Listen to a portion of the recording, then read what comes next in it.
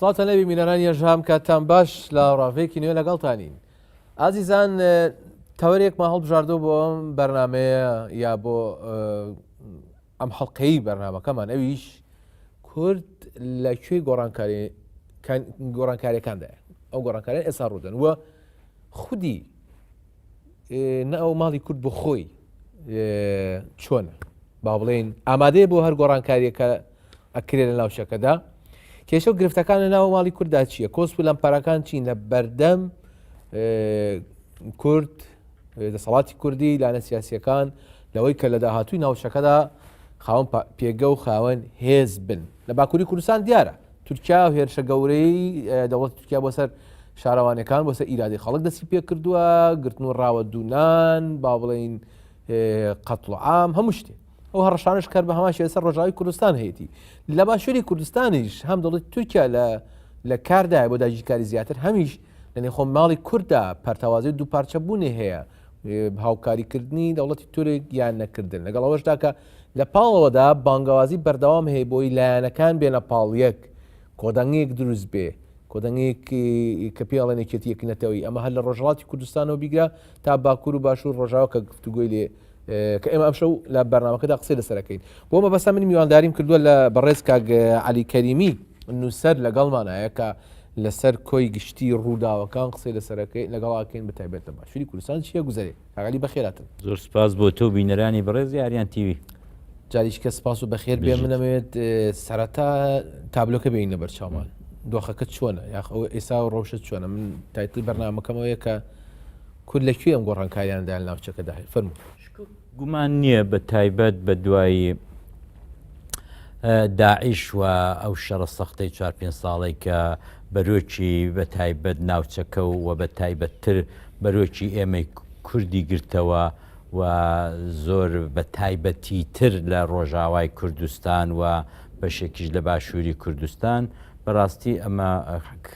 حادیسەیەکی ڕووداوێکی گەرێک مەزن و گەورە بوو کە ئێمە هەموو لایەک زەرەرەکانمان دید و هەموو لایەک لە پەرتەوازەبوونی سەفەکانی گەلی کورد دیتمان کە چەند گرینگە و بە تایبەت لەگەڵ ئەوەی کە نەبوونی استراتیژێکی نەتەوەیی لەگەڵ پارچەکانی تری کوردستان بەیەکەوە ئەوەش لە لایەکی ترەوە یەکنەبوونی خودی هێزگەلی سیاسی و دەسەڵاتدار لە باشووری کوردستان ئێمە دیتمان کە هەمووی گۆڕانکاریەکانی ڕۆژهەڵاتی ناوەڕاست و جیهان ڕووی لە ناوچەکەیە و ئێمەی کورد لە چەقی سەرڕێگای ئەو گۆڕانکاریانەدا کەوتوین بەداخەوە ئێمە تا ئێستاشی لەگەڵ بێت هەرچەند دەسەڵاتدارانی باشووری کوردستان زۆر جار بۆ ئەوەی کە کەم و کوڕی و گەندەڵیەکانی ناو بنەماڵەی خۆیان یا ناو دەسەڵاتی سیاسی خۆیان پشارنەوە خۆڵیان بە چاوی خەڵکدا کردووە بە خەڵکیان کتو ئێمە واین ئێمە هاوپەیمانی ئەمریکاین ئێمە هاوپەیمانی دییانین چی دوو وەزیریان هێناوە لەسەر تەلەڤیزۆنەکان بە خەڵکیان نیشانداوە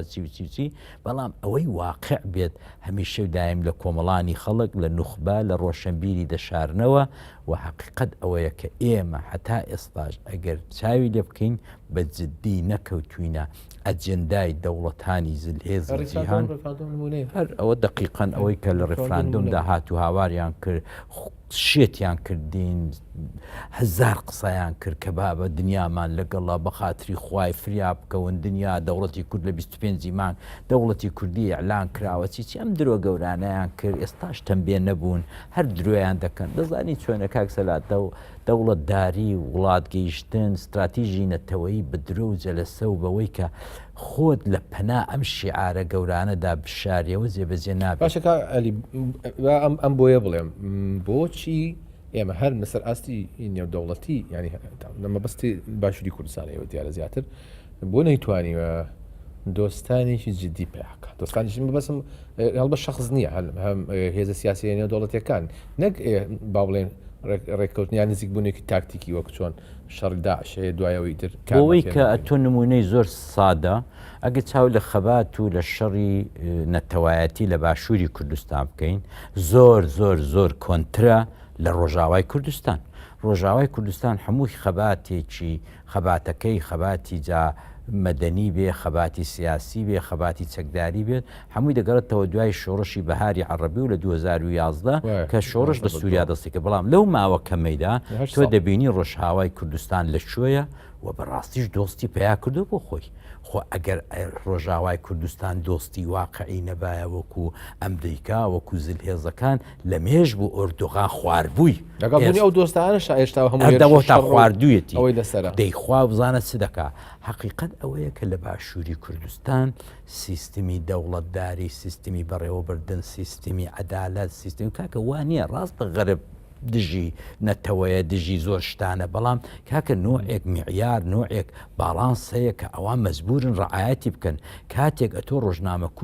نووز دەکوژی کاتێک ئەتۆ پەیامنێر دەکوژی کاتێک ئەتۆ زمانی نووسەران دەبڕی کاتێک ئەتۆ نائەدالەتێکی ئەو پەڕی بێ سنوور لە وڵاتەکەت بەڕێوە دەبی کاتێک ئەتۆ نەوت و سەروەت و سامانی میلەتەکەت بە ئاشکرا دەدزی ئەمن دڵنیام کابرایەکی وەکو بریمێر کابرایەکی وەکو مەکگۆر کابرایەکی وەکو فڵان و فڵانی ئەمریکیە ئینگلیسیە بۆری جانسۆنی ئینگلیسیە کە دێتە ئێرە ئەوانە دەبینێت بەوەی کە دوو جار دەیبێ ناو بازاڕ و قەڵای هەولێر و نازانم دوو هەدیەی دەدەی و دوو قالیچەی دەدەی ئەوە بەو معنای نییە کە ئەو خۆی ئاوەژوو بکاتەوە و هەموو خراپی و پیسەکانی تۆ نەبینێت نا بەعکسەوە باشتری دەبینێ کاتێک ئە تۆ بەرتیلێک دەدەی بە دیپلۆماتکارێک ئەو دیپلۆماتکارە باشە توی بۆ دەردەکەوێت ینی یەکێ لە ئەساسەکان و باسەکان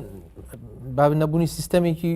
دموکراتی ئازادە لە هیچ سیستمێک لێرە نیە بۆیش ئەوانە خۆیان کەشف کردووە بۆیە کە دۆستی واقعیان پەیدا نەکردو لێرە و بەو زانش پەیدا نابن ئەو کاک سەلاح یەکشتن لەبیر بێت ئەوەی کە سەرکردەی باشووری کوردستان تا ئەم دەورەی تا ئێستا کوێ بە من و بە تۆ بە کۆمەڵانی خەڵکو بە دنیایشی کردووە ئەمە شۆڕژێکە کە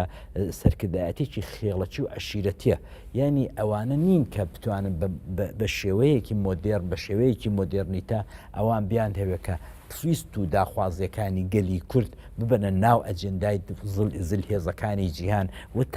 تەنانەت پشتیوان و دەعمێکی واقعی میلەتەکەی خۆی بۆ سازکەن تۆ دەبینی ئێستا لە باشووری کوردستان بێ ئینتیمایی زۆرە خەڵک گوێ ناداتێ مەسەن تا ئاخر ئینتخابات دەگە چاوی لێ بکە ئەمە کارەساتە چۆتە ئینتخابات یعنی ئەمە کارەساتە لە وڵاتێکی ڕۆژهەڵاتی ناوەڕاست خۆ ئێستا لە غەرب ئەمن تەئیدی دەکەم مەسەن دەتوانم تێ بگەم کە مەسەن خەڵک ساڵێک نەچێتە ئینتخابات بۆ چونکە ئەوان سیستمێکیان هەیە لە حیزبێک تووڕەن لە حیزبی ئۆپۆزیسیۆن تووڕەن لە دەسەڵاتوڕەن ناچن بەڵام وڵات پەچی ناکەوێت لەسەر دەنگدان بەڵام لێرە بەڕاستیەوە تا دەبینی وڵات پەچی دەکەوێت ئەوە ساوە مەسن ساڵێک نزیک ساڵێک بەسەر چوو حکوومەت دوای ئینتخابات بەو وەزعی دروست بووە کە لە نێوان دوو ئامۆزادا شەڕە ئەو دەی پچکڕێ بۆ خۆی ئەو دەی پچکڕێ بۆ خۆی کڵاوی ئیسایان خستە سەری موسایان خستە سەریەوی دیکە بۆ ئەوەی کە دەنێو بنەماڵەیەکی بچووکدا نەک خێڵی بازارەوەی نیشتیمانی گرنگ هەیە هەر فرامۆش هەمووی فرامۆش کراوە هاتۆتە سەرەوەی کە فلان ئامۆزا چی بەرکەوێ فلان ئامۆزا چی بەرنەکەوێ فلان نازانم چێ هەمووی پۆست و مەقام و بەرژەوەندی و نەسریە دابشکردن و چیە چەندی بەردەکەوێت چیە چەندی بەرناکەوێت ئەمە بەڕاستی کارەسات ئێستا بەڵایی من دوودانە مەسەرە نوخبەی وەک چامسکی وەکو نازانم چێ وەکووانێک کە دۆستی کوردن وەکو ئەوانە کە دێنە ئێرە باش تێدەگەن بەڵام ئەوانیش بێمەیل نین کە بخۆن و بۆیش دەنگ ناکەن جارجار بەرامبەر بەڵام لەو لایەوە دەبینی کتێبێک دەنووسن هەزار خراتر بە کورد دەکەن کە کورد جارە زۆری ماوە بە دیموکراسی کورد عەشیرەیە کورد خێڵەچێ کورد کۆمەلگایەکی شوانکارەیە ئەوانەمان پێ دەڵێن بۆ چونکە دێن لە نزیکەوە دەبینن حقیقت ئەوەیە کە تۆ وەک کاتێک ئە تۆ ڕۆژنامە نووسێکی ئەجنەبی دەبینێ کە هەموو چەمکەکانی دەسەڵات لە نێو یەک خانەوادا بە کۆڕ نەوە ئامۆزا داگیر کراوە هەموو چەمکەکانی دەسەڵات خەڵک دەزانێت تر ئەمە لەگەڵ شێخ و شێخزادەکانی عەرەبستان و سەحراکاندا فەرقێکی ئۆتۆمانی زۆر باشە مادەم تۆ شتێک بیری من هێنایەوە مەسەلەی دەستگیرکردنی ڕۆژنامە نووسان و با بڵێن سەرکوتکردنیان ئەم ماوەی ڕابردوو گرتنی ڕۆژنامەنووسان زۆر تایبەت ناوچی هەولێر و ئەوانە حتممە لە کوردستان گشتی بە تایبەت لە هەولێر و دەوروبەری هەتا بادینان دوو ڕۆژنامەوان لەماوەی ڕابردوو گیراوە زبێر برادۆستی و بڕیار لە هەولێر و لە برادۆست راپۆرتێکمان هەیە سیر کەم زانین دۆخی ڕۆژنامەگەری بە کوێ گەیوە چی هاتۆ ئەو فشارن سەر ئاژانسی ڕۆژنیوزێ سێم راپۆرتەکان کە عەلی قسە لەسەرەکەین فەرموون. ڕۆژی 21 ئەم مانگە بڕیار محەممەد پەیامنێری ئاژانسی ڕۆژنیوز لە شاری هەولێر دەستگیر کرا و دواتریش ڕەوانەی ئاسایشی هەولێر کرا. تارق نووری بەڕێوەبەری ئاسایشی هەولێر بە ئاژانسی ڕۆژنیوسی ڕاگەیاندووە بڕیار پێشمەرگەیە و ئیجراعاتی سەربازی لەگەڵ دەکرێت. بەڵام بە وتەی کە سوکارەکەی بڕیار محەممەد لە ساڵی 2016ەوە داوایان لێ کردووە وەک پێشمەرگە دەوام بکات ئەویش قبوڵی نەکردووە و بۆ هۆیەوە لە هەمان ساڵ لە کار دووریان خستۆتەوە. ئاژانسی ڕۆژنیوز سەبارەت بە دەستگیرکردنی پەیامنێرەکەیان لە ڕوونکردنەوەیەکدا دەستنیشانی کردووە. ئاسایشی هەولێر هیچ بەڵگەیەکی یاساییان لەبەردەست نییە. دەیانەوێت بەبێ یاسا بڕیار محەممەد لە زیندان بهێڵنەوە. بڕیار ماوەی 2 ساڵە بە گرێبەستی فەرمی بۆ ڕۆژنیوز کار دەکات و هیچ پەیوەندیەکی بە پێشمەرگایەتی و وەزارەتی پێشمەرگەوە نییە. ڕۆژی پێنجشەممەی هەفتەی ڕابردوو لە شاری هەولێر ڕێکخراویزار بۆ بەرگری لە ئازادیەکان و ژمارەیەک ڕۆژنامەنووس پارێزەر و چالاکوانی کۆمەڵگەی مەدەنی سەردانی دەستەی سربەخۆی مافی مرۆڤیان کرد. وەسکاڵایان دژ بە ئاسایشی هەولێر تۆمار کرد. بەهزاد محسن ئەندامی ڕێکخراویزار بۆ بەرگریکردن لە ئازادیەکان لە کۆنگرەیەکی ڕۆژنامەنووسیدا ئەم کابینەی حکوومەتی بە سەرەتایەکی ترسناک بەناوبرد. ئێمە وەک ڕێکخراویزار بۆ بەرگری لە ئازادیەکان ئەم ڕەفتاری ئاسایش بەرامبەر بڕیار محەممەد و دەستگیر کراوانی ئەم ماوەی تەواوی ڕۆژنامەنووس و ساڵەکانی مەدەنی بە کەیسێکی نایاسایی دەزانین و ئیدانە و شەرمەزاری دەکەین.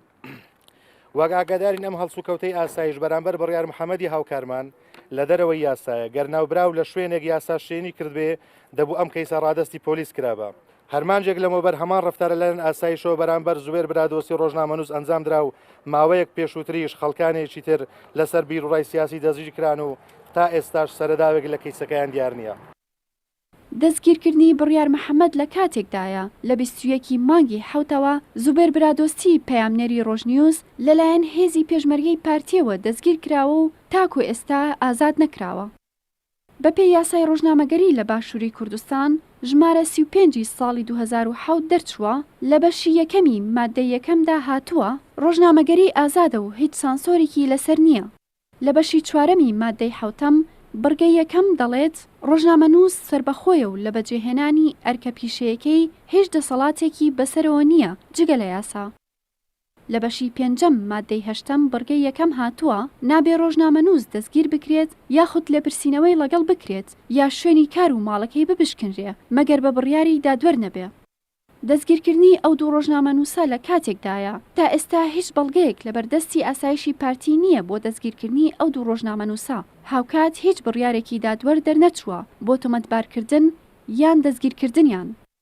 بەشێک لە یاساناسان ئاماژە بەوە دەکەن دەستگیرکردنی ڕۆژنامەنووسان لەلایەن پارتی دیموکراتەوە تەواو پێچەوانەی یاسا و کاری ڕۆژنامەنووسیە هەروەها بەرتەسکردنەوەی ئازادی ڕادەربڕینە لە هەرێمی کوردستان.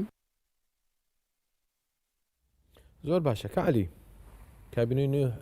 حکوومەتی هەرێم لە راپۆرتەکە ئەمەژەی پێکرا بوو دووشت هەیە کە سەرنجی ئینسان ڕاکێشێ لەگەڵ لەس دەست بەکاربوونی کابینەی حکوومەتی هەرێم بینیمان لە مەراسیمەکە مەولود چاوەڕۆڵۆسی دەرەوە ئامادە بوو لەگەڵ دەستپێکردنی ئەو کابینە ئۆپەراسیۆنی تورکیاش بۆ داگیرکردنی باشوور بە فراوان بوو چەند شوێنی تازەی کرد و کابینەی نوێ وەل ڕاپۆرتاکە ئاڵێ بە دەستگیرکردنی ڕۆژنامەنووسان دەست پێکرد فەرموڕێیەوە. بەڕاستی ئەگە بمان هەیە شەفاف لەگەڵ میلەتەکەمان قسە بکەین دەوڵەت حکوومەت دەوڵەت کە جارێ نا بەڵام حکوومەت پارلەمان ئەنجومەنی وەزیران وەزیر بەڕاستی هەمووی گاڵتە جارێ لە وڵات هیچی دەسەڵاتی واقعی خۆی یعنی ئەگە وەزیرێک بێ بە من بڵێ من وڵا دەسەڵاتی کابینەکەم هەیە وڵی بە شاخانیدا دەکەم لەم وڵاتەیدا دیوەخانێکێ بەداخەوە بۆ هێزەکانی دیکەی ئۆپۆزیسیۆن و بۆ لایەنەکەی دیکەی دەسەڵاتی 50 ساڵەی باشووری کوردستان کە لە پاشەکشەیدا بەهۆی ئەم هەموو کێشەی ناوخۆیی کە هەیانە دەنی و خۆیاندا بە تایبەت دوای نەمانی مامجەلال و بەدنەمانی کاگنوشیرەوان ئەو وەزعەکە دەبینی کە هەر پیاوزگی پیان دەسووتێ کار باسییان بکە بەڵام حقیقەت ئەوەیە کە نە وەزیر دەسەڵاتی وەزیری هەیە نە مدیر عام وەزارەتی دەسەڵاتی هەیە نە پارێزگا خۆی پێ مهم بێت کە هیچیان لەگەڵ فەڕاشێک فەرقان باش بەڵام پەرلەمان هەیە پەرلەمانیش خۆ پەرلەمانیش بە کەیفی وان بێت ئەوان دەبێت بڕیار بدەن فڵان کادیری پارتیش نییە کادیری بنەماڵەی بارزانە ینی پارتی لەو لادانە وە دەسەڵاتی بنەماڵەی مام و ئامۆزاکان لەو بەرەیدا بنێت کام پارتی دەسەڵاتی هەیە بەڵام ئەو عنسورانەی کە ئەوان دایان ناوە لە تەنیش سەرۆکی پارلەمانی لە ئەمەلدا بێدەسەڵات کردووە ناشتوانێت دەسەڵاتێکی وا بە خەرز بدا ئەجێندای پارلەمان ئەوان لە دیوەخانەوە دیاری دەکەن کە بەیانی لەسەر ئەو خاڵەی کە 4 ساڵە فەرامۆش کراوە ئێستا ئەو ڕۆکانە بەسەم بیهێننەوە ناو ڕۆژەف هەمووی دەسەڵاتەکان و بەڕێوەبردننی وڵات لە وڵاتەیدا لەم وڵاتی من و تۆ ئاوا بەڕێوە دەچێت باشە وتمانێکی پارتیت باڵا دەستن سەرەکیندا لە پەرلەمانە یا لە حکوومەتیشدا بەڵام بەسم پەرلەمانە قسەی لەسەرگە حکوومەت ئەزانین بارحەڵ دابشکاریەکە حیزبی بەوشێ بەڵام خۆلانی دیکە هەیە تایدا دەتوانێت بۆشێ بێدەنگ نەوێ بۆ من زۆر داواکاریە درێ بە پەرلەمانتاران بیان لە پەرلەمان قسەی لەسەرەکان هەر دەدانیشتە پەرلەمانە باسیش ناکرێت ئەس ئەوەی دەڵێم ئەوان ئەگەر شتێک خۆیان پێیان خۆش نەبێت و تەواوی ئەو شتانەی کە لەلایەن گەل و نوێنەرانی گەل ئەگەر 4 ئەندام پارلەمانمان هەبێت کە دڵسۆزی گەل بن ڕەفزی دەکەن دەست بەجێ ئەوان ئەو شتانە دەبنە ئەجەندای پارلەمان و دەیکەنە ڕۆژەف کە خۆیان بریاریان لەسەرداوە بۆیە ئەمن لێرە پێم وابێت دیوەخانی شێخێکی سەحرا کە لە 14 لە ڕەشماڵێکدا ئەمر دەکا بەسەر وشتروانەکان و ئەمر دەکا بەسەر مەردارەکان و ئەمر دەکا بەسەر ڕەعیەتەکانی لەگەڵ دام و دەستگای ئەم وڵاتە هیچ جیاوازێکی نییە بگرە ئەم ڕەشماڵ و ئەم ئاغا و ئەم شێخەیکە لە سەحرا قەبیلەکەی خۆی عەشیرەتەکەی خۆی بەڕێوە دەبا ڕەنگە لە زۆر بابەت عەدالەتێکی تێدا بێت بەڵام هیچ نوع ئێستا هەر ئەو راپۆرتێک ئێستا کوتانە نابێ میلەت بزانێت کاکە تۆ ڕۆژنامە نووسێک بۆ دەگری بۆ ون دەبێ ئێستا کادرێکی گوایە پارتی ئەوە چەند ڕۆژە 20 چەند ڕۆژە لە دۆهۆک چوو بۆ سەفەر ونە ینی ئەمەدرری یەکێتی چۆ بۆ ئەوێ پێشمەرگێکی کۆنە ونە ئێستا معلوم نییە لە کوێیە یان بەسەر ئەو ڕۆژنامە نووسەی کە ئێستا راپۆرتەکەتان دابوو کاکە ئەمانە ڕۆژانە دەقەومێت ئیتر سندیکای ڕۆژنامە نووسی هەر هەمووی بەدەست خۆیانە پێیان خۆش بێ بێدەنگی دەکەنی سندیکاش پۆزتیڤ نەبوو هەردووی نێو پێرێ مەسەن بۆەوەی کە تورک پێیدا خۆشە لەسەر مەسەلەن ساڵوەگەری ویدات نانیش لە ماڵە خۆشی لە ماڵێکی لە شوێنێکی ئاوا سربەستەشدا تەنانەت یادی بکرێتەوە ئەم فشەکردن بە دیموکراسی و بە ئازادی و بە پەرلەمانوانە کاکە لێ گەڕن بۆ خۆتان کاتێ و میلەتەش مەگرن هەموو ساڵێت 4 ساڵ جارێک بە مەلاین میلیۆن دلار سەرفی ئینتخابات و سندوق و چی دەکەن و ئەم هەموو خەڵکە تەعین دەکەن و هەمووی ئەوەی کە خۆتان بڕیتانەتەوە باشە علی زۆر باز لە کۆندەنگینەتەوەی کرد دوای ئەمێ حەزەکەم هەندی لەو بارەیشەوە قسە بکەین ئەوێ نزیک بوونەکان چۆمێ بەڵام لێرە مەسەلەیەک هەیە لە ساڵی 1970 بەر لەوەش و دوای ئەوەش کۆڕەوی 1991 کورد ڕووی کردە پارچەکانی دیگە کوردستان ڕۆژهەڵات و باکوور بەڵام ئێستا لە دوای 91ەوە تایبەت لە 92 بە دواوە کوردی باکووری کوردستان کە بەهۆی زەخت و فشاری دەوڵەتی تورکیا تەسلیمی ئەو سیستەمە نەبوون ناچار بوون جێوارجێر بێڵن هاتونەتە باشووری کوردستان مەبەستن کوردانی کامپی مەخمورە 13,000 کەسن لەوێ بەڵام ڕوبەڕووی فشارێکی زۆر تون بوونەتەوە گەماریان خراوەتە سەر 2 مناڵیان مردووە راپۆرتێکەیە ئەمە راپۆرت بین باش لەسەرەوە قسەکەین بۆ دەبێت بۆ کشێ بێت کورد بۆ شێت تەعامل لەگەڵ کوردکە لە کاتێکا ئەو ڕابردۆ نبینێ بینارانی ژەسەر کەمزان لە کامپی مەخمور چی ڕوودا بەر لە کامپی مەخموریش کامپی مەخمور نوێیە ساڵی 98 هەڵانە بەم دامەزرا بەڵام بەر لەوە لە نەوەتەکانە لە کامپەکانی تر چی گوزەراوە حتا کامپی ئێستای مەخمور فەرمزێن راپۆرتەکەن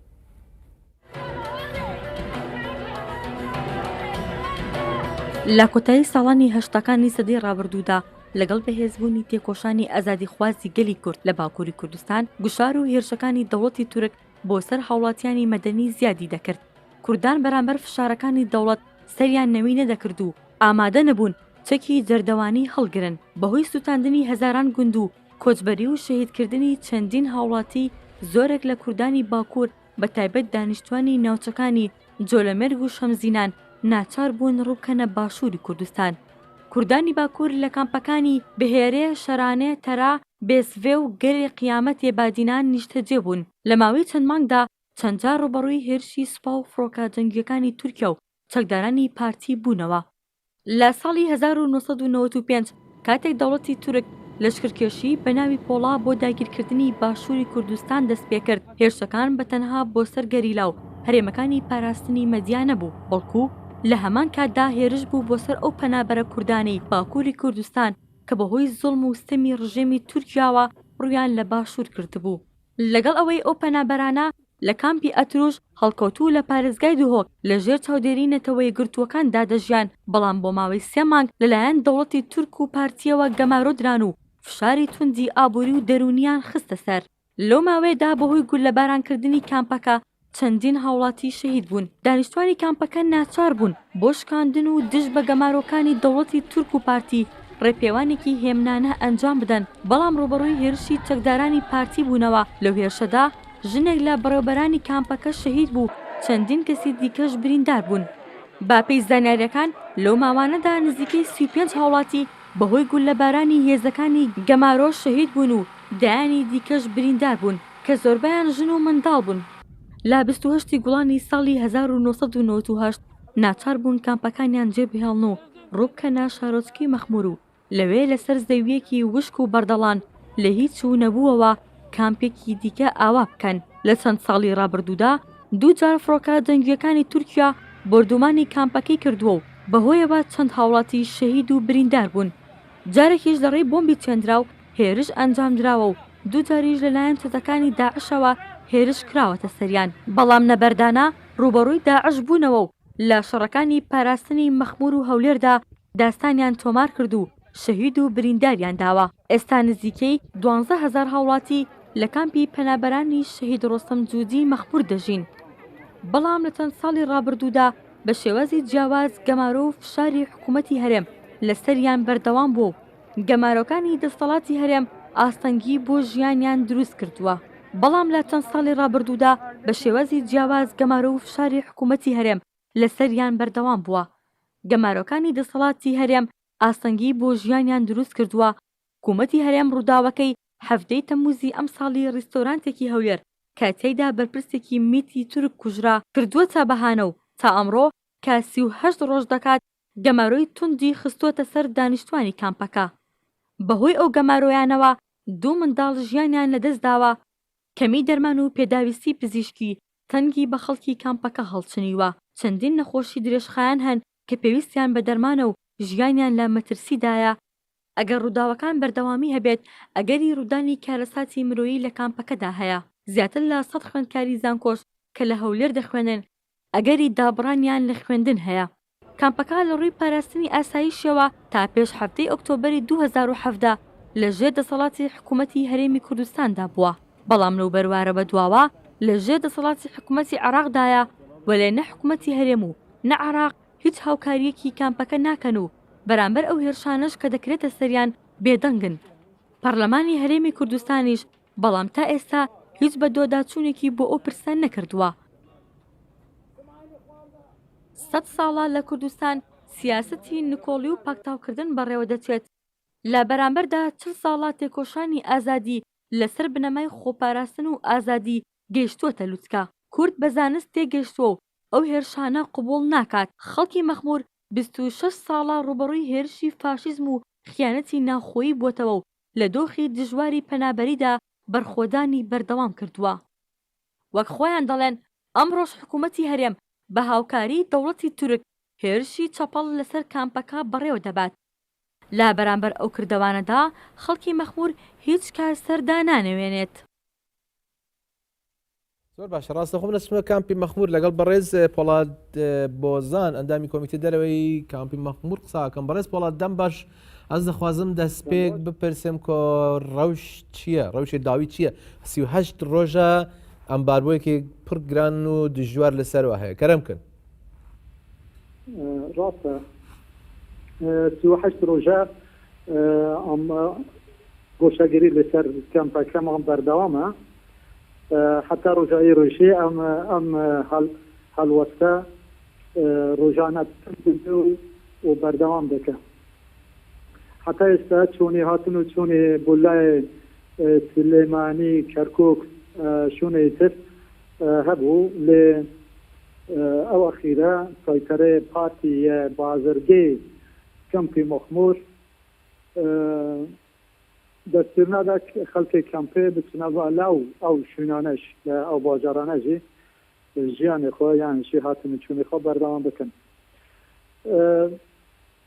ئەوە هەلوەستێ زۆربەی خۆی پارتیە کە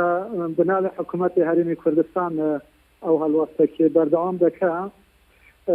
جەنابتانشی دەزانن بە ئۆپەراسیۆنی داگیرکەری باشووری کوردستان و گرێدرای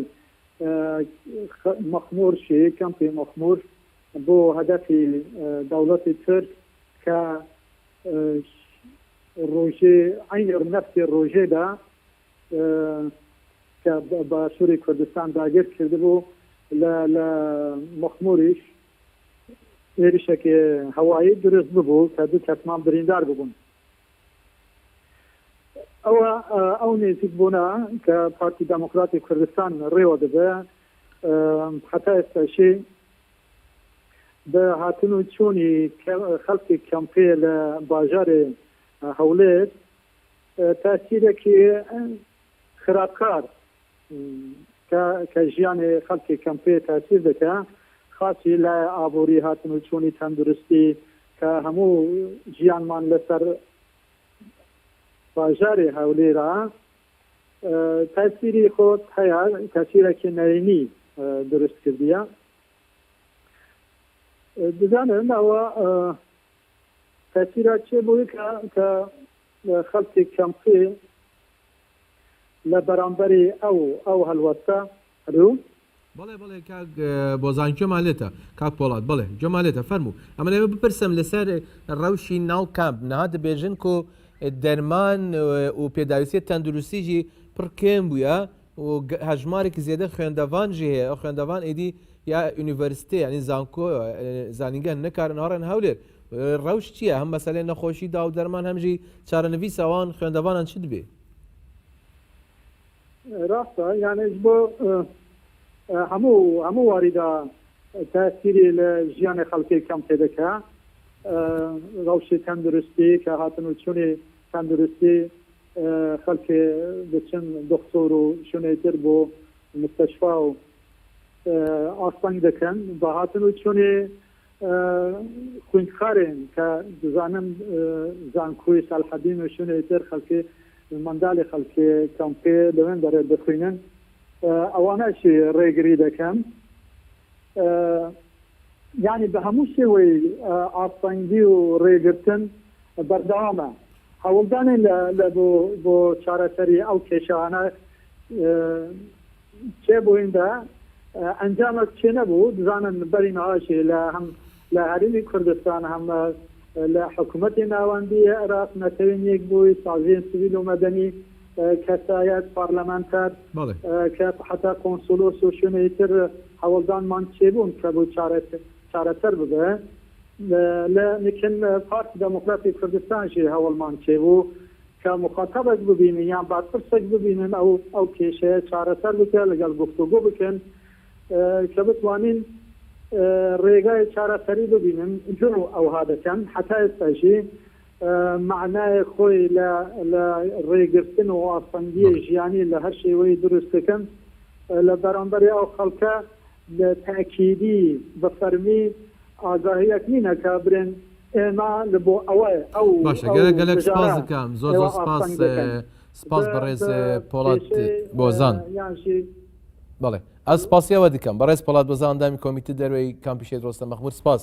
بۆ تەبلی بوون و زانیاریەوە گەلک مەمنون کاک عەلی ڕەوشی کامپی مەخمور بە شێوەیەکە تامان گەر بیری بێ ساڵی نەوەتەکانیشی کە شەڕی نێوانێکی توپارتیە و باوانشی و هەولێر گەماری خستووە سەر سلێمانی یعنی لە ناوچەی بادینانەوە گەمارۆ خرایە سەر ناوچی هەولێر سلێمانی لە ڕووی ئابووریەوە لەبەرەوەی دەرگای سنووری هاتن و چوون بوو ئیبراهیم خەلیل مەبەستمەیە بۆ بەم شێوەیە دوو مناڵ مردوون زانی کاکسە لە حەقی خۆیەتی وردە ئیتر ئێمە لە دەسەڵاتی خێڵ و دەسەڵاتی باشوور گەڕین بەڕاستی ئاور دەینەوە سەر نوخبەی کورد سەر ڕۆشنبیری کورد ئەگەر هەبێ کە بەڕێی من نییە یعنی ئەمە نەجارێک نە دوو جار نە سێ جار لە زمانی قازی محەممەدەوە لە جمهوری کوردستان لە مەهابادەوە ئەم ئایلەیە ئیمتحانی خۆیان دەدەن کارە سات بە دوای کارە سات کەتن بە دوای کەتن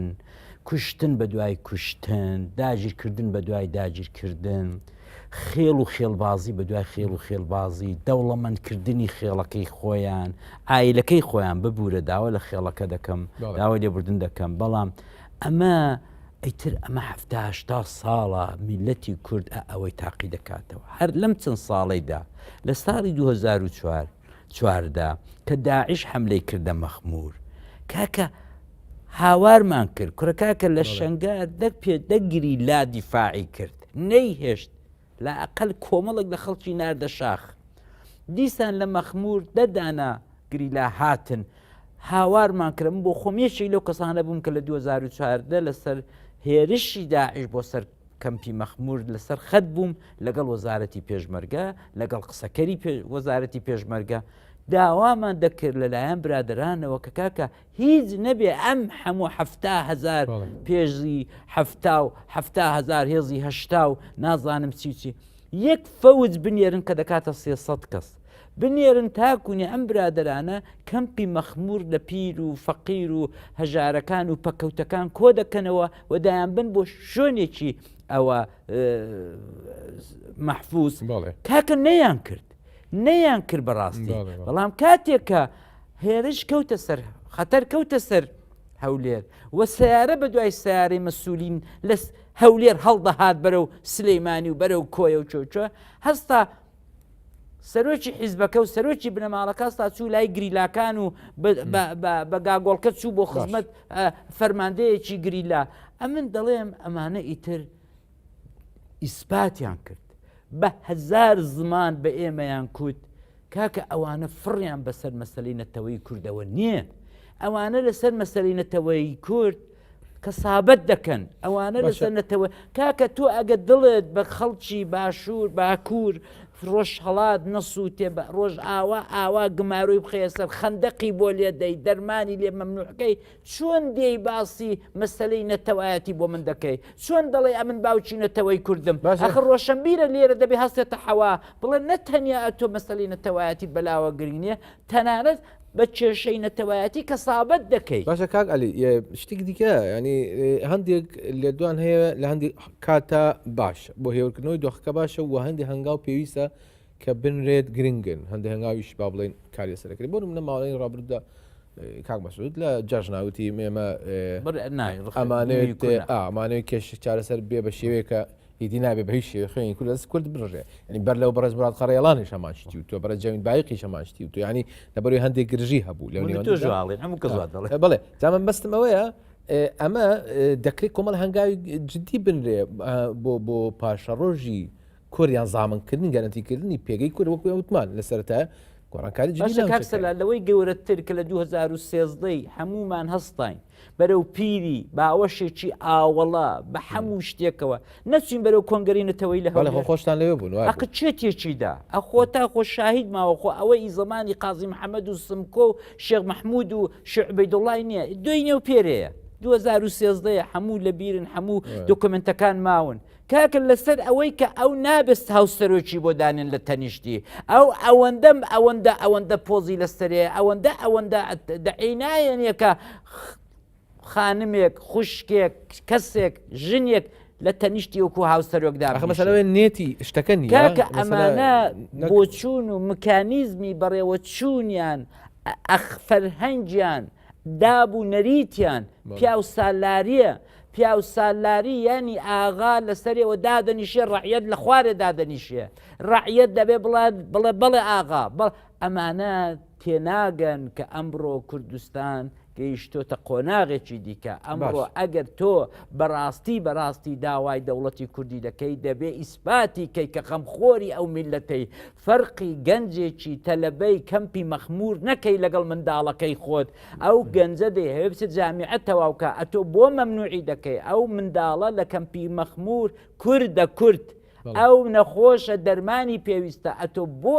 ئیمبارگۆت خستۆتە سەر ئەو کەمپە کوڕەکاکە ئەوانە معلومە ئەوە من و تۆی ڕۆشنبیرین کە تێناگەین کە تێناگەین ئەوانە دڵسۆزی میلەتی کورد نین بۆیە ئەمن بەڕاستی داوا دەکەم لە میدیای ئازاد کە ئیتر دەست لەم دەسەڵاتە هەڵگرن دەستیان لێ بشۆن وەرنە سەر ئەوەی کە بزانن نوخبە بۆ بێدەنگە باشە بەڵام ئەمە کێشی ڕاست بێدەنگی نوخبەیە وای کردووە کە ئەوە بگوزارێکە ئێوە باسیەکەن بەڵام مەبەستمێ هەنگاوەکان هەنگاوی جندی برێ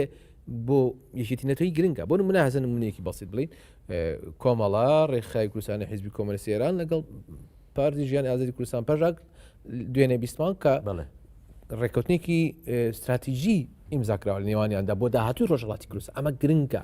ینی کۆمەڵی ناکۆکی هەیە وەلا بنرێ لەبەرەوەی گۆڕانکاری جدی لە ئێرانە دروستە بێت لە ڕۆژهەڵاتی کوردستانی ژەگرێتەوە مەبەستمە لێرە دەکرێت هەنگاوە بنرێ لەبەرەوەی چی ئەو گۆڕانکاری جدی ئێرە ژەگرێتەوە ینی ئەوە سەردەمەن ئەوە تێپەڕی بڵێ ئێمە تاوا حکوومەتی خۆمانێ ئەم حکوومەتە معارەزە بۆ ناوچوونیاننا مەبەستمە هێشتا لەژێر تادیداهیاننا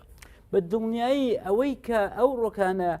هێزگەلی ڕۆژهەڵاتی کوردستان دەبێ بجوڵێن و ئەو تەجروبەیەیان بەسەر نەیە لە دوا ڕۆژدا کە هەمومان دەزانین ئێران لە دەواازەی گۆڕانکاریەکاندایە لە ئەوەدایە لە مەسیری ئەوەدایە کە گۆڕانکاری گەورە لە ڕۆژهەڵاتی ناوەڕاست بکرێ و گۆڕانکاری گەورە حتمما ئێران دەگرێتەوە تاوتە دەبینی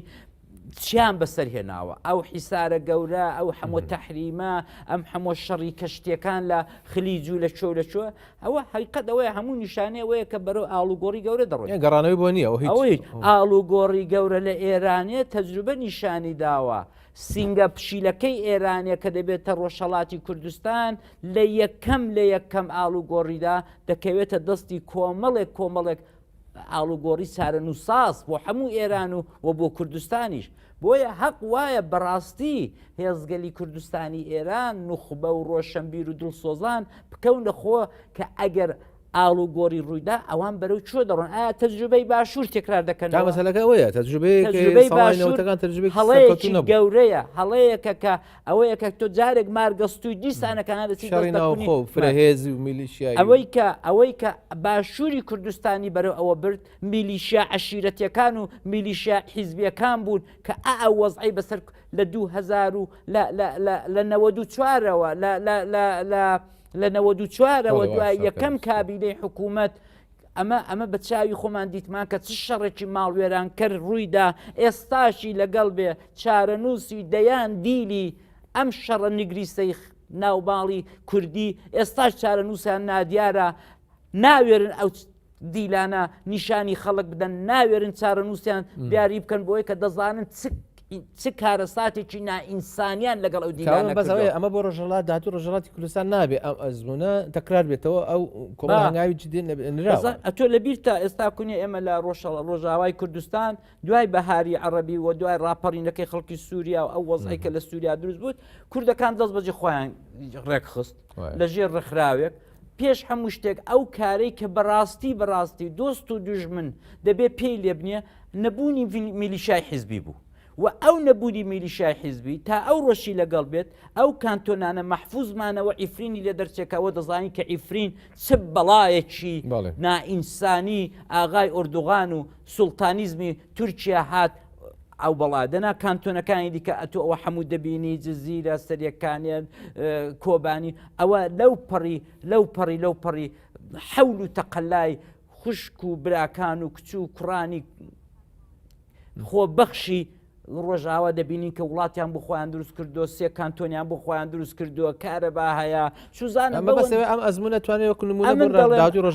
من دەڵێم ڕۆژهەڵاتی کوردستان دەکرێت ئەزمموی لە ڕۆژاوای کوردستانیش لە ئێستاوە پلاندا بنێ و نەسیە بەرەو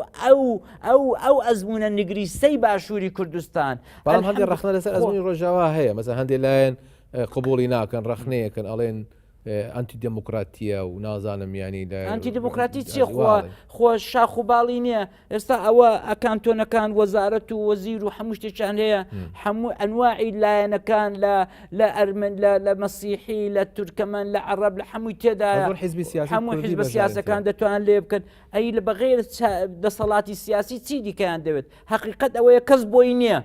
جێیشی خۆی هەبێت دەستیان خۆش بێت دەستیان خۆش بێ چونکە ئەو جەیشە کە تۆ ئێستا من تۆ دانیشتون لێرە ئێستا من لەگە 50 کەسم لە پێش بێ بەچەکەوە تۆ دەوێری قسە لەگەڵ بکەی هەرچیم کتم ئەم بەرنامەکەی دەژێڕم بەڵام ئێستا کونیە کارکمان قەڵەممان پێەیە تۆ قسە دەکەی منیش قسە دەکەم بەڵام کە ئەتۆ سوپایکی نەتەوەی سوپایەکی میلیشایەکت لە پشت بوو کە نا قەیەم دەزانێت نە ئەخلاق دەزانێت بە کەیفە خۆی دێنێ دەبا بیهانەی خەڵک دەکا مزاهرە چی سەرکوت دەکا ئاوی پێدا دەکا کوڕە چوزانم غازی فرمێس ڕێژی پێدا دەکاوانە کاکەی تر ئەمە دیارە ئەمە چە وڵاتێکە حقیقت ئەوەیە کە ڕۆژهەڵاتی کوردستان زۆر باش دەکات دەستخۆشی دەکەم لە پەژاک و لە کۆمەڵەی ئێرانیا کوردستانی ئێرانیەکە لەوەش زیاتر بڕۆن ئەوانی دیکەش بانکەن کە ئەگەر دەسەڵاتیان لە دەستی خۆیاندایە دموکراتەکان کۆمەڵەکان ئەوانیش بێنە ناو ئەو ئیتفاقیە گەورەترکەم و لە ئێستاوە پێشەوەی کە بچینەوە بین ئەرتەشێکی نیشتیمانی جێی پێشمەرگەیەکی نیشتیمانی دروستکەین کە دوور بێ لە سیاست حتا هێزی ئەسکەری دوور نەبێ لە سیاست ئێمە هەمی شەو دایم لە خەتەری شەڕی براکوژی داین هەمی شەو دایم لە شەڕی ئەحزابدا دوور نابین هەر لە ئێستاوە لێرەوە لە مەقەڕەکانیان لە هەر جگایەکی کە بۆیان دەکرێت بێنن بناغەی ئەوە دابنێن کە لە ڕۆژهەڵاتی کوردستان میلیشیا حەقی نییە بچێتەوە هاتوو ڕۆژهەڵاتی کوردستانی ئەوەیە بێت خەڵکی باوەڕ ناکەم خەڵک حەزکە ئەزمموی ناوەتەکانی شەڕی ناوخۆی هەرێمی کوردستان و ئەی بە پێشمەرگە و هێزی چەکدار بچێتەوە کاک علی پێ دوانیە کە مەسەرەن ئەو هێزە جیهانیانی کە دەیانێن گۆڕانکاری لە ئێران دروستکرد ئەوانیش پێیان بەدڵنیە وای بێت کە هێزێکی مشتەرەکی هاوبەش من نازانین لەوانەیە هێزێکی جیهانی وەکو ئەمریکا ئەوانە بێ ئێرانێ داگیرکە یا ئێرانێ بەدەست کڕێ حەق ئیجازەمان پێنەدا یەک چەکداری دیموکرات و کۆبەڵۆ پەژاکش بچێتەوە ئەمە بەڵام ئەگەر قەرارە بە شێوەیەکی ئازاد کۆمەڵانی خەڵک کۆماری ئێرانێ بڕوخێنن و ڕژیمی بەلایەن لابن فعلا ئەو بەستەرە ئەو فەزایە دەکرێتەوە کە هێزەکان بچنەوە و لەوێت دەبێت پێش هەموو شتێکی لە فکری هەڵبژاردننی ئازاد دابین و هێزی چەکدار نێتەوە شارەکان و هێزی چەکدار ببێتە هێزێکی نیشتیمانی و هێزی چەکدار لەژێر دەسەڵاتی تاقمێک و ئاغایەک و ئەلحەمدولایە ئێمە ئاغامان نییە بەڵام ئەگە زندوی نەکەنەوە یا ئەنە کەسەمان بۆ دروستکەن و ئەوانە ئەمە دەبێت لە ئێستاوە ئێمە خەمخۆر بین ئەمن دەستخۆشی دەکەم لەو دوو سەرکردەیە کاک سیامەدی موعینی و کاک ئیبراهیمی عەلیزادە کە ئەو مبادرەیان کرد دوینێ و پێرێکانە لەگەڵ کوم مەکتەب سیاسیەکانیان کە ئەو دەستدانەوەیان لەگەڵ یەکتر کرد کە بتوانن کاری مشتەرەکی داهاتوو بکەن و بتوانن حتا ئەوانی دیکەش بێن لەژێر ئەو ڕەکێفی ئەو سیاسەتە ڕێکەوتنێکی تەنگ نییە هیوادارم کە ئەوە بکەن و ئێمەش حازرین بۆ هەموو هاوکارێکی و خەڵکانی دیکەش و بێن کە دەفکری ئەوە دابن میلەت چی دەوێت بەسە سەرڕۆیی بەستە بە بێەوەی کە میلەت بریار بدا ئێوە خۆتان بریار دەدەن لە پشتی پەردە ڕەشەکاندا وەکو ئەوەی کە لە باشوور بە سەرماندا هات شەڕی نگریستی بنەماڵەی ژەڕی نگریستی خۆ بەخۆی و ئەم پێم وابێت تا ئێستاشی لەگەڵ بێت تەجروبەی ڕۆژاوای کوردستان تەجروبەیەکی سەرکەوتووە و دەبێت دەرسی لێ من زۆر سپاسی تۆکەم ئامادەمی جەنابتان سپاس بۆ هاوکاریتان هەر لە خۆشییان کاعلی من باتنتان سپاسی بێپایان بۆ ئێوە بینەرانی هێژە تا کۆتایی بەرنامە لەگەڵمانە بوون تا بەرنامێکی دیکە لە شاد و خۆشیدا بمێنین.